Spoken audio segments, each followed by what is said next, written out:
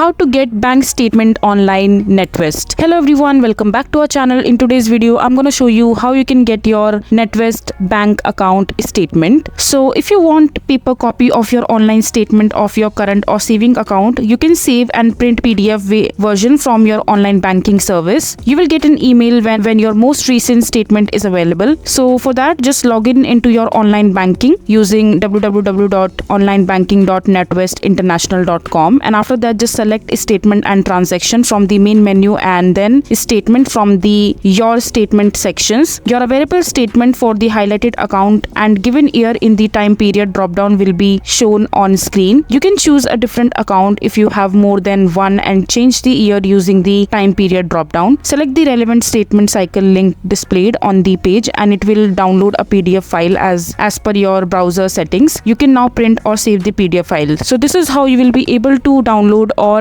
get your bank statement of your NatWest account online from online banking. So that is it for this video. If you find this video to be helpful, make sure to hit that like button and don't forget to subscribe to our channel for more such informative videos, and I'll see you the next time.